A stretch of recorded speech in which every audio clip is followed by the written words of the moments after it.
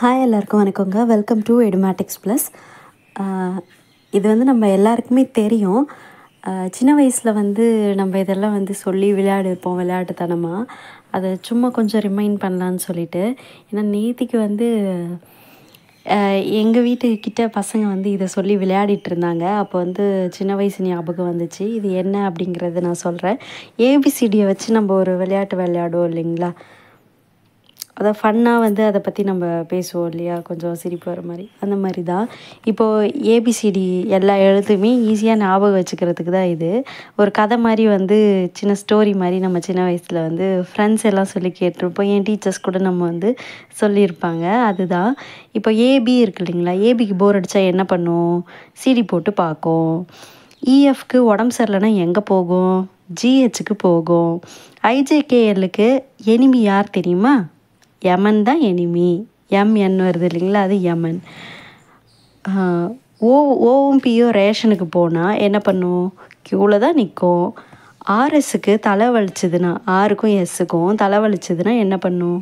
Tea குடிக்கும். யூவிடபிள்யூஎக்ஸ்ஒய்க்கு பறக்கணும்னா எப்படி பறக்கும்? ஜெட்டில் பறக்கும். இசட் அப்படின்னு சொல்கிறோம் இல்லையா, இசட்.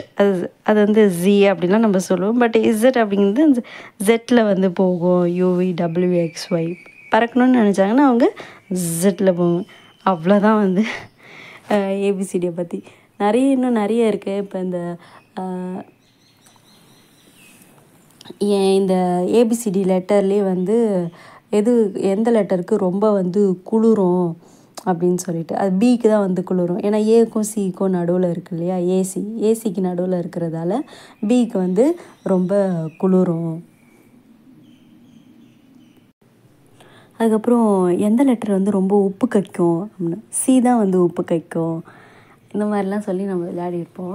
இதெல்லாம் சின்ன வயசில் நம்மளுக்கு இதை சொல்கிறப்ப, இதை கேட்குறப்பெல்லாம் ரொம்ப ஆச்சரியமாக இருக்கும். அதே போல் தான் இப்போ நமக்கு இருக்கிற இந்த குட்டி பசங்க சொல்கிறப்ப கேட்குறப்ப அந்த ஞாபகம் நமக்கு வருது. அவங்களுக்கு இப்போ வந்து இது ரொம்ப ஆச்சரியமான விஷயம். பாடுறா இதில் கூட இப்படி இருக்குது அப்படின்னு சொல்லிட்டு. ஸோ என்னோடய நினைவுக்கும் இது வந்து நேற்றுக்கு நான் பார்த்தோன்னே ஞாபகம் வந்துச்சு. ஸோ அதனால் உங்களுக்கும் வந்து நான் சொல்லணும்னு நினச்சேன். ஸோ நான் சொல்லிட்டேன். இந்த மாதிரி உங்களுக்கு ஏதாவது சின்ன சின்ன விஷயங்கள் சின்ன வயசில் நடந்தது, சின்ன வயசில் நம்ம வந்து விளையாட்டாக பேசினது ஞாபகம் இருந்துச்சுன்னா கண்டிப்பாக கமெண்ட் பண்ணுங்கள். தேங்க்யூ.